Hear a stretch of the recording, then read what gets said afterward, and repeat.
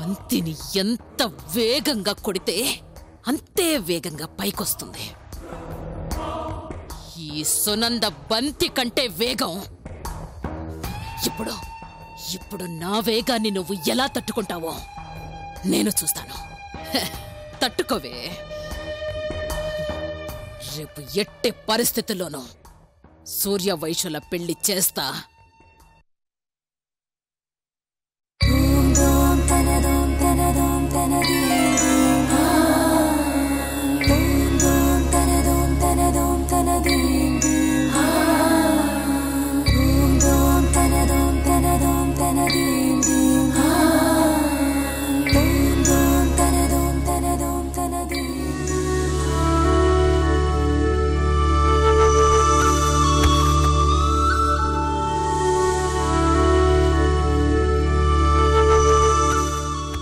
స్వామి, నా ప్రేమ నిజమైతే మా పెళ్లికి ఏ అడ్డంకి రాకుండా చూడు. బావ లేకుండా నేను బ్రతకలేనని నీకు తెలుసు. మొదటిసారి నేను ఆశపడింది నాకు దక్కుతుందన్న సంతోషంలో ఉన్నాను. దయచేసి ఆ సంతోషాన్ని నాకు శాశ్వతం చేయి స్వామి.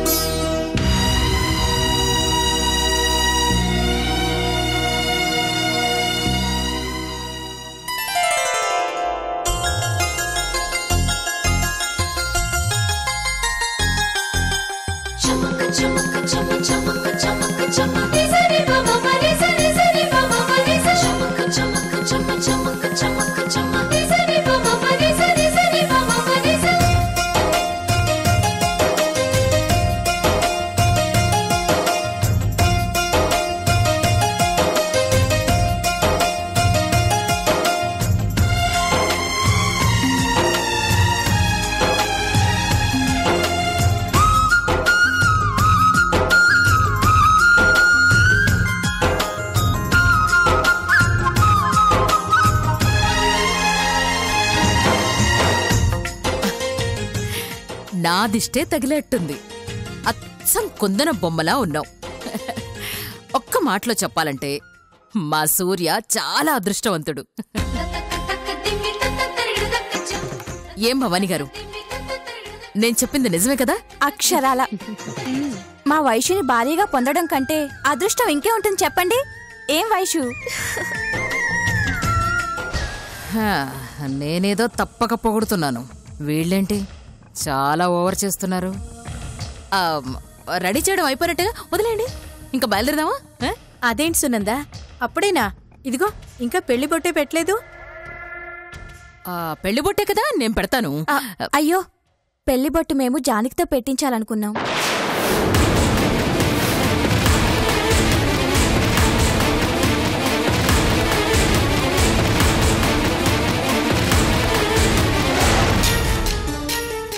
ఎంతైనా వైశ్యు పెళ్లి సూర్యతో జరగడానికి కారణం తనే కదా.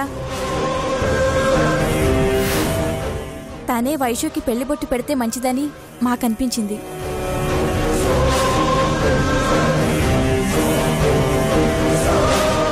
మీరేమనుకోకండి.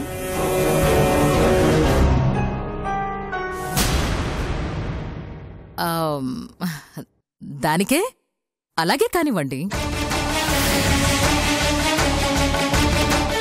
కావేరి, నువ్వు వెళ్ళి జానకిని తీసుకురాపో.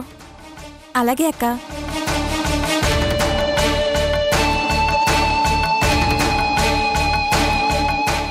అమ్మా, పెళ్లి బొట్టు సునంద పిన్ని పెడితే తప్పేంటి? లేదమ్మా, నేను జానకికి ముందే చెప్పాను. మళ్ళీ తను తప్పుగా అనుకోవద్దు కదా, అందుకని.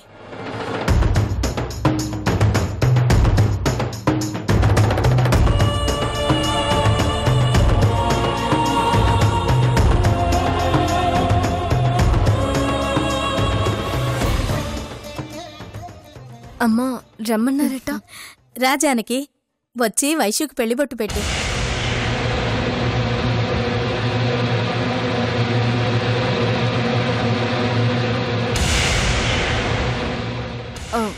మీరందరూ ఉన్నారు కదమ్మా, నేనెందుకు?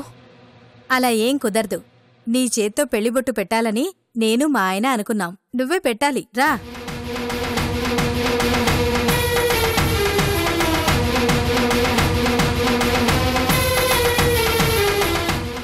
జానకి. నిన్న పసుపు కొమ్ములు కొట్టే దగ్గర వాళ్ళు నిన్ను అవమానించారని ఇప్పుడు బొట్టు పెట్టడానికి సంకోచిస్తున్నావా? ఏంటి, నాకెలా తెలుసని చూస్తున్నావా? కావేరి చెప్పిందిలే. వాళ్ళంటే బయటి వాళ్ళు. మన మధ్యున్న బంధం వాళ్ళకెలా తెలుస్తుంది? అవేం పట్టించుకోకు జానకి. ఎవరెన్ని చెప్పినా నువ్వే మా పెద్ద కూతురువి.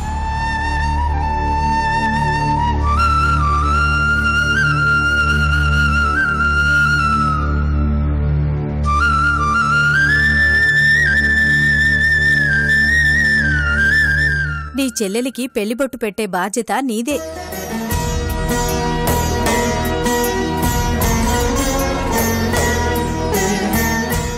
జానకి, ఇక నువ్వేం ఆలోచించుకు. రా, వచ్చి పెట్టు. అయ్యయ్యో భవానీ గారు, జానకొచ్చింది కదా, పెళ్లి దగ్గర మిమ్మల్ని పిలుస్తున్నట్టున్నారుగా. మీరు వెళ్ళండి. అలాగే. జానకి, అన్నీ చూసుకోమ్మా. జానకి ఉండగా లోటేంటి?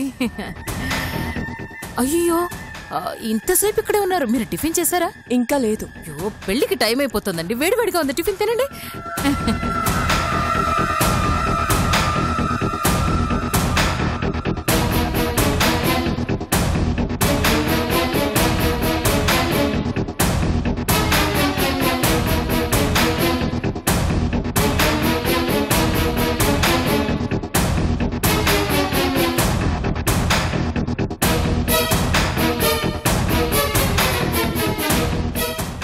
నీ మనసుకి తృప్తిగా ఉంది కదా? మనసులో పెళ్ళి ఆపాలనున్నా పైకి మాత్రం ప్రేమ నటిస్తూ ఇదంతా ఎలా చేస్తున్నావో నాకైతే అర్థం కావట్లేదు. ఇలాంటి క్యారెక్టర్స్ కూడా ఉంటాయా పిన్ని? అయ్యయ్యో, ఎందుకున్నావమ్మా? ఇలాంటి క్యారెక్టర్స్ వల్లే కదా స్టోరీస్ నడుస్తూ ఉంటాయి. నువ్వేం ఫీల్ అవ్వకు. అయ్యయ్యో, నేను ఇప్పుడే వస్తాను. ఏంటో హడావిడి.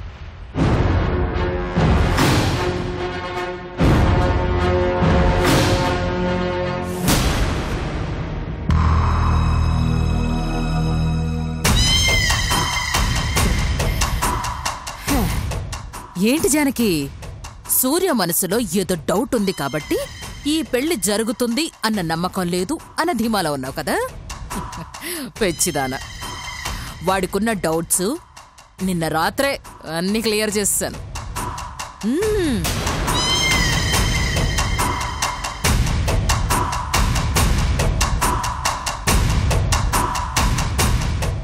ఇప్పుడు సూర్య సంతోషంగా పెళ్లికి రెడీ అయిపోయాడు.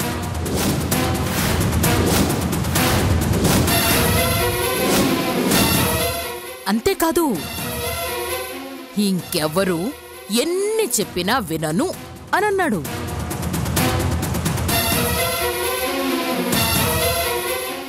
సో ఇంకా నువ్వేం చేస్తావంటే, అదేదో నీ వస్తువులన్నీ జాగ్రత్తగా సర్దుకుంటావే, అదే 1947 సూట్ కేసు ఉంది కదా, అందులో సర్దుకొని బయలుదేరిపో. ఇంకెలాగో సూర్య నీకు దక్కడు కదా, వాడి జ్ఞాపకాలైనా చూసుకుంటూ ఏడుస్తూ బ్రతుకు.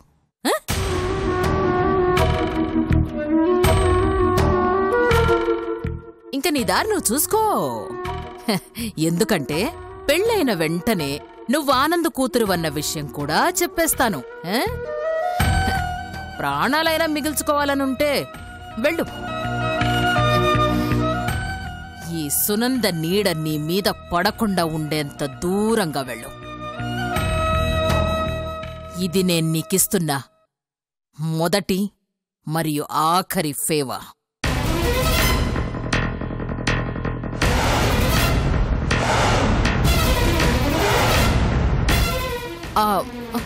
పెళ్ళిళ్ళమ్మా, ముత్తైదులు చూశారంటే మళ్ళీ తిట్టుకుంటారు. ఏడవాలనుకుంటే తలుపేసుకొనేడు.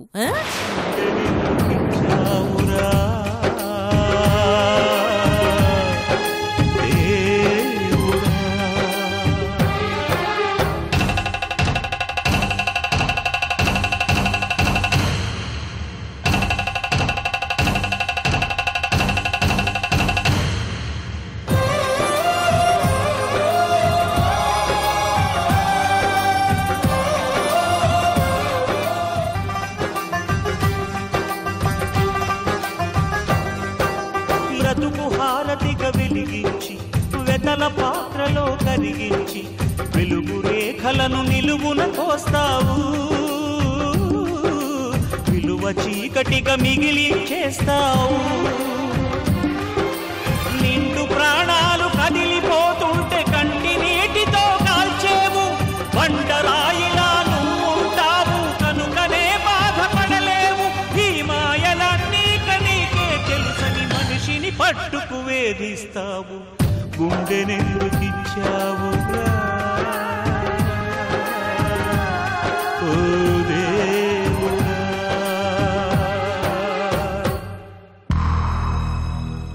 ఏమైందమ్మా? అన్నయ్య బావ పెళ్లికి సిద్ధపడ్డాడంట. ఆ సునంద మళ్ళీ ఏవో మాయ మాటలు చెప్పి బావని పెళ్లి కొప్పించింది. అదేం చెప్పి బావ మనసు మార్చిందో నాకు అసలు అర్థం కావట్లేదు. బావి పెళ్లికి సిద్ధపడ్డాడంటే ఈ పెళ్ళి ఆపడం సాధ్యం కాదన్నయ్య. నాకేం చేయాలో అర్థం కావట్లేదు.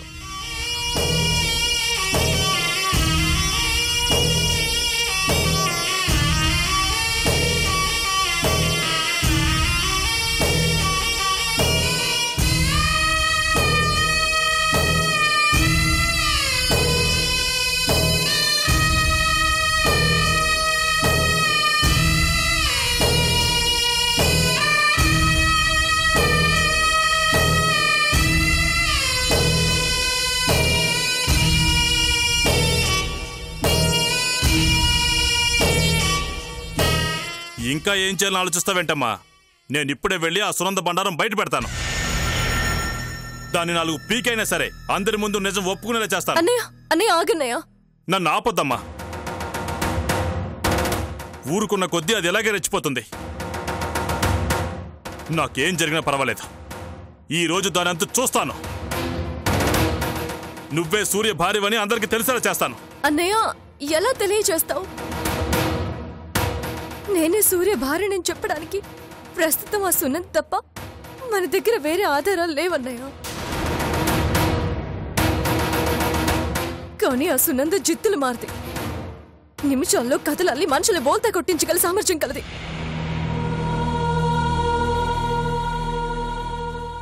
అది అందరి ముందు నిజం ఒప్పుకుంటుందన్న నమ్మకం నాకు లేదు.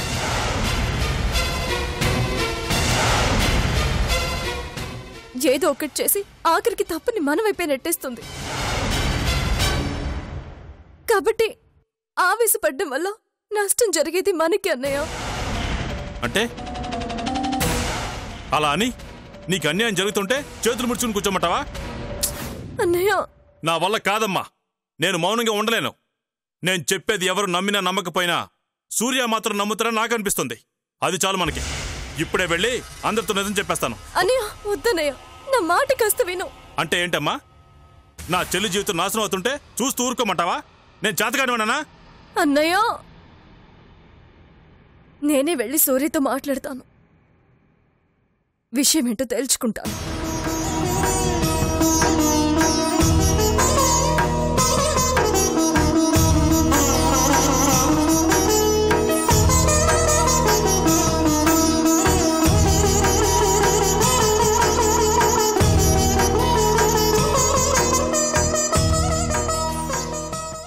రే రాముడు ఇట్రా.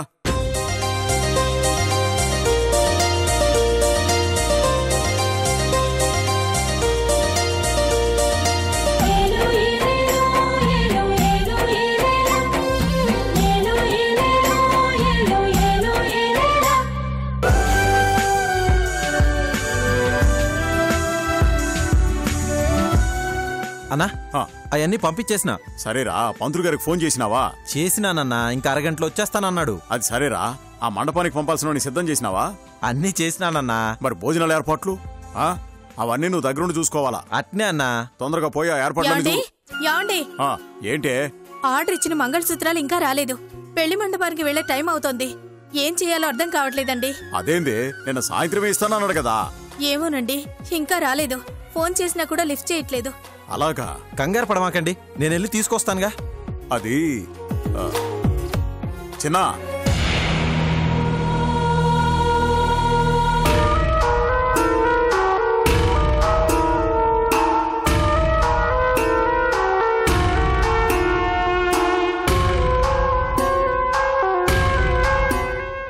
అయినాదన్నా? వద్దురా సిన్న, మన రామిరెడ్డిని పంపిద్దాం. దేనికన్నా?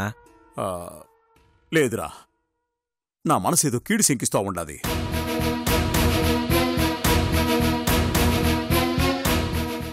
గతంలో ఈ మంగళసూత్రాల గురించే పోయి చాలా దారుణం జరిగినది. అన్నా, అప్పుడేదో అట్టా అయినాదని ఇప్పుడు కూడా అట్టానే అయితదనుకుంటే ఎట్టా? లేదురా, అసలే ఆ కొండారెడ్డిగాడు మనల్ని చంపే అవకాశం ఎప్పుడొస్తాదా అని 1000 కళ్ళతో ఎదురు చూస్తా ఉన్నాడు. వాడికి అవకాశం మనం ఇవ్వకూడదురా.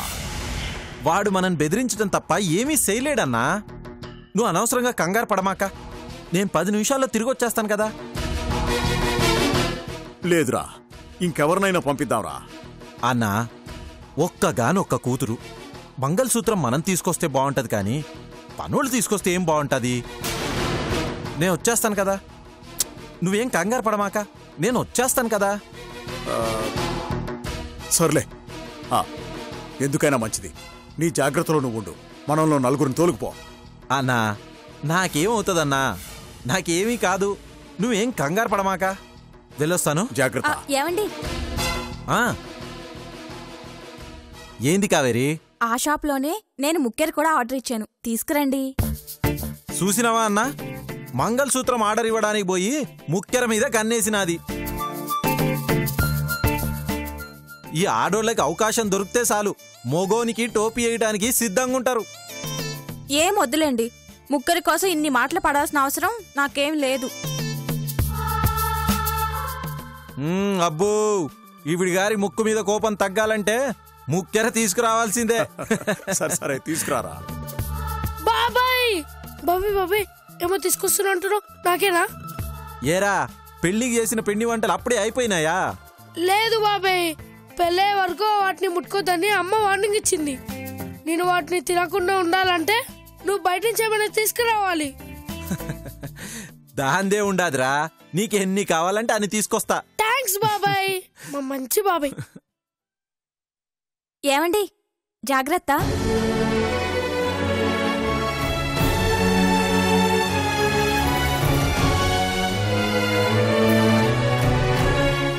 పెద్దిరెడ్డి గారు. వస్తున్నా.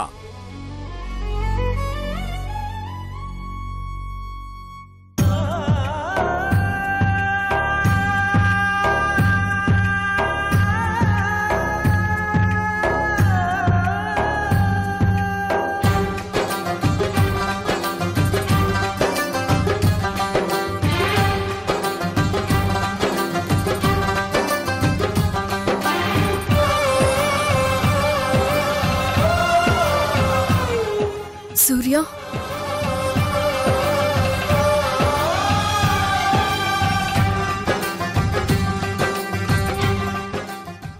మొత్తానికి మనసులో ఉన్న ఆలోచనల్ని చంపేసి పెళ్లికి సిద్ధపడ్డావన్నమాట. ఎవరు చెప్పారు జానకి నేను పెళ్లికి సిద్ధపడ్డానని? ఈ పెళ్లి ఎలా ఆపాలో తెలియక టెన్షన్తో చచ్చిపోతున్నాను. అదేంటి, నువ్వు పెళ్లి కొప్పుకున్నావని సునంద గారు చెప్పారు? అత్త ఎప్పుడు ఈ పెళ్లి జరిపించాలని ఆలోచనలోనే ఉంది, అందుకే అలా చెప్పుంటుందేమో. అంటే సునంద నన్ను ఉడికించడానికి అలా చెప్పుంటుంది.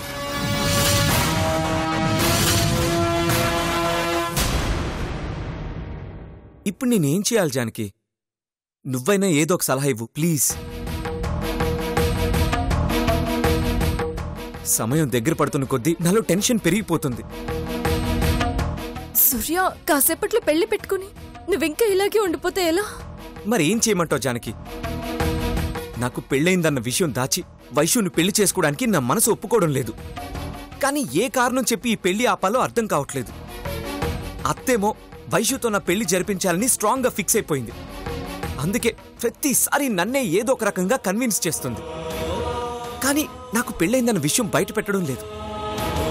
అంత గందరగోళంగా ఉంది జానకి.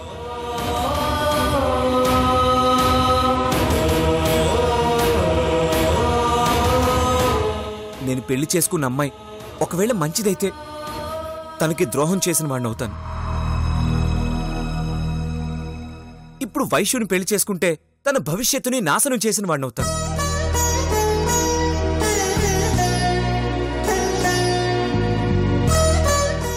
చూడు సూర్య, పెళ్ళనేది ఇద్దరు మనుషుల్ని కలిపేది కాదు, రెండు మనసుల్ని కలిపేది. ఒకరి కోసం ఒకరు బ్రతికేలా చేసేది, ఒకరిని విడిచి ఒకరు ఉండలేకుండా చేసేది.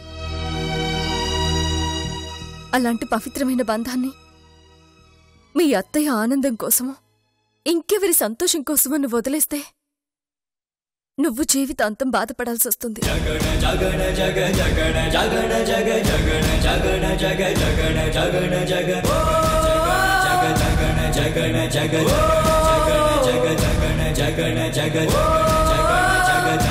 జగణ